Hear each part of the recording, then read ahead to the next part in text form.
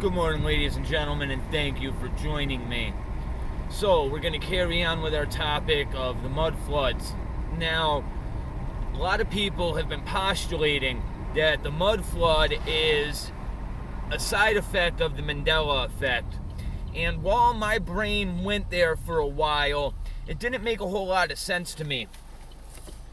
Because if you look back, there's reports of these buildings going back all the way to the 17th century. We have paperwork of it, and it's almost as though the paperwork itself just disappeared. Okay, now the lack of historical reference to the mud floods is what leads me to believe it's not a Mandela effect. So what we've seen with a lot of Mandela effects is that a very large segment of the population all of the sudden remembers something differently, correct? So like, we all woke up one day and the Captain Crunch box changed to CAP''N, right? However, it was such a minute change that none of us noticed that the word wasn't fully spelled out anymore. However, the mud floods don't work like that. The mud floods are something that nobody really remembers at all. And that's the case, plain and simple. And that's what makes it different than any other Mandela effect that I've ever seen. So I started moving away from the idea of the mud flood itself being a Mandela effect. So I started digging into journals and stories about the culture and the people that lived during the 17th, 16th century, and we're talking 5-6 generations, right? Now, what's interesting is, in the 70s, we had a lot of scientists talking about a mini ice age. And in fact, if you look at the historical records from the 1500s, there is several accounts of summers that didn't exist. The years without a summer. Okay. Now this got me thinking, right?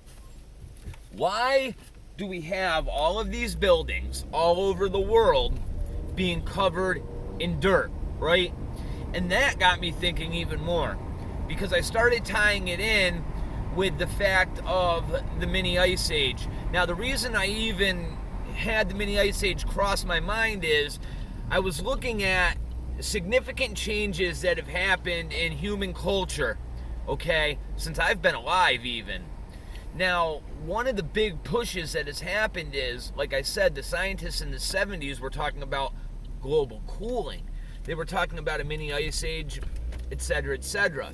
And in fact, we have evidence of this happening in the past. It's a cycle that the Earth goes through. That's undeniable. The evidence is there. Now, the better question is, how did the people in the 1500s that went through this survive? Okay? And what is the incentive, okay, what is the incentive that the governments of today have of hiding that knowledge? All right, because let's face it, they're pushing global warming when the complete opposite is happening in my mind, okay? Now, why would they be doing that? Well, if you look at what the modern governments, the modern powers that should not be, are up to, population control and eugenics is definitely at the top of their list, okay? You can just go ahead and look at the fact that Bill Gates came out and straight up said that a population of 500 million for the Earth would be ideal. It's over a 98% population decrease. All right, so how does this all tie together? Well, like I said, the stories that I was looking into and reading in these journals clearly talk about encounters where the temperature started dropping drastically, okay? Now, if you were living in a house and you had no way of insulating that household, right, to save your family, and the temperature just kept plummeting and plummeting and plummeting, what are you going to do to make your family be able to survive? Well, it just so happens one of the best insulators known to man is dirt, all right? And if you read these journals from people that lived through many ice ages in the past, times where it got so cold that there wasn't a summer, they talk about burying their houses, building bluffs as high as they could around their houses to insulate them. Entire villages did this. Now you're asking me, well, why did they stop digging? Why didn't they dig the entire building out? They cover this in the journals, okay? And stories that were told to their relatives, there's first-hand accounts of this, all right? So a little girl goes into a basement. She's never seen one before in her entire life, right? And this is probably around the early 1900s, okay? And it's a relative. She's never seen a basement before, so they go downstairs, and she's intrigued by it because there's windows, okay? There's actual windows with the glass still intact with dirt packed in on it. And she asked this guy, why is your basement covered in dirt? Why is there windows? So he goes on to explain that it got cold for a period of time and his family buried the house to insulate it. And she asked him, well, why didn't you finish digging out the basement? Well, apparently through the freezing cycles and everything and all the weight that was put on top of that dirt that they placed to insulate their house, they got down to a certain level and the dirt was so compact that when they took a spade or a shovel and they impacted the dirt to dig out their foundations, their basements, it would actually cause damage to the glass. And what would happen is the glass would shatter and dirt would fill in their freaking basements. So what they did is they either bricked in these windows, right, and just left it how it was, or they left the glass completely and just left the dirt there. Now, this explains a whole hell of a lot, because like I was talking about, we were discussing orphan trains back in the day. Now, this is the thing. War doesn't explain the orphan trains like I talked about before, okay? Because you would still have a bunch of women around taking care of their children, right? Disease doesn't make sense, or it would have killed the children too. However, an ice age makes a whole hell of a lot of sense.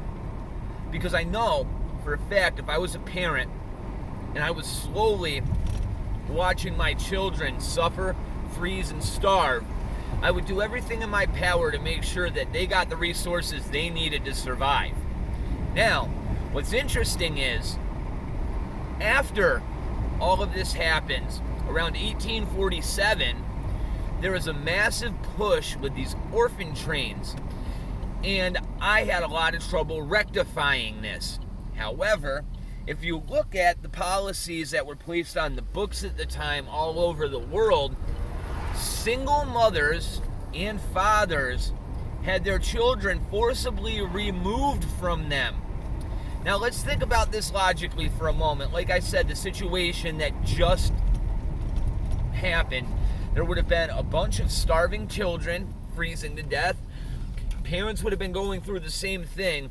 Parents are going to sacrifice themselves to save their children. So if both parents don't die, it's more than likely one is going to. And if that parent is single, they are going to be forced by the government to hand their child over and in turn have their child shipped wherever they're going to be shipped.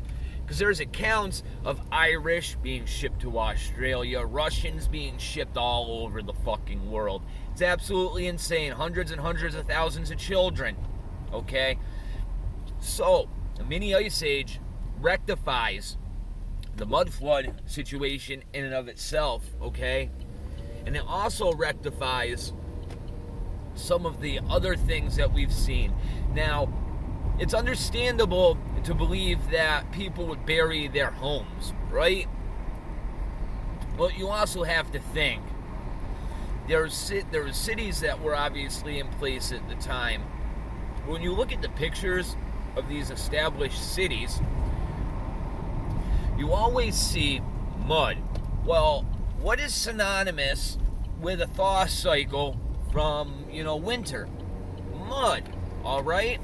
Now let's think about this for a moment. If you had a mini ice age that had glaciers and frickin' snow out the ass, what's gonna happen if the Earth goes back to its normal temperature? It's gonna melt everything at an astronomical rate, all right? And what is that gonna do? It's gonna cause mud all over the place. Now, I'm not suggesting that entire cities were buried. However, it is possible to have landslides and mud flooding and all kinds of other crazy shit going on at the time. Now, this is where things get really interesting. It could be a mixture of two events happening at once. So you have the ice age, the mini ice age that goes on, right? Well, simultaneously, you have the use of Tesla's wireless technology, okay? Now, what happens when everything starts to thaw out and all of that ground, right, becomes soft and saturated with water, right? Now, perhaps what happened is not only did they use dirt to insulate some of these cities and some of these buildings, but there might have been an adverse side effect using this technology after the thaw cycle started. You have no kind of idea what kind of resonance that this would have caused in the buildings, no idea what the frequencies would have done to the ground, and on top of that, you have to look at the fact that a lot of these Tesla towers and where they were constructed and all of these features and architecture, they're constructed on ley lines on top of it. So as I postulated before in previous videos, you may very well have liquefaction of the ground and actually have some of these buildings sinking. So I think it may very well be a combination of both of these events happening at the same time. It explains the orphan trains, it explains the mud being in these cities, okay? It explains why we see a lot of these buildings being covered in mud and basements being below ground level, all right?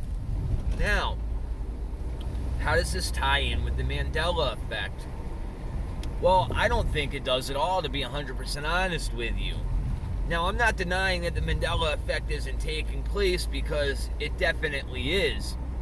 But to make the leap that Tartaria and the mud floods have something to do with the Mandela effect doesn't make any sense to me, because every other Mandela effect, as I stated before, pertains directly to people having knowledge of the old timeline, all right? And there's a vast amount of people that have just the new timeline in their mind, but that's not how Tartaria works. There's not people going around talking about, what are you talking about, this history of, Christopher Columbus, it was always Tartaria. That's not how it's going on, but that's how it is in every other Mandela effect. I'd like to thank the new subscriber who actually asked about the Mandela effect being in reference with the mud floods in Tartaria, because it got me thinking quite a bit. Now, there is no doubt that the Mandela effect is going on, right? But I think it has a lot more to do with the simulation in and of itself rather than the Tartarian mud flood timeline. Like, I just find it too big of a change, and too few people are coming about talking like they know what's going on with Tartaria. Now, it would be different if we woke up with a book that talks about Tartarian civilization and the mud floods as though it was a historical event. We don't see that. However, we do have people like Fomenko that are pointing us in the right direction. And that's the subject we're going to be getting into next time. We're going to be discussing Fomenko's account of history and how he clearly believes that the Old Testament was written in the 1700s as opposed to before the New Testament. He believes it was written before. He believes the New Testament was written prior to the Old Testament, and the historical evidence that he launches for his defense of this view is absolutely insane. And if you start thinking about the great story of the floods in the Old Testament bears a striking resemblance to the mud flood scenario that we see going on. All right? That's all I'm going to say. When it comes to this subject, it is very difficult to pin down any solid timeline, which is why I'm going over all of these available scenarios. I'm not telling you that this is what happened. I'm not telling you that the mud floods were a bunch of people that buried their houses during an ice age for insulation. But there's accounts of it happening. We have it in journals, so we can't discount it. Okay, we just can't. And on top of that, it's probably knowledge that you'd want to have if for some reason we have to go through this again, which is what I'm getting at. The reason they may very well be hiding the mud flood era is because the reason the mud floods happened was because we used it as a means to save ourselves. All right? And in order to cull the population, what better way than to remove that knowledge, right? If it was a story handed down generation and generation, it would be something that we would do and not think twice about, right? I'm a smart person. You know, it would have never crossed my mind to bury my house with dirt in the middle of an ice age if I wouldn't have read this journal from a guy in the freaking 1500s, right? It's absolutely insane, and there's accounts of it happening again in the 17, 18, 1900s.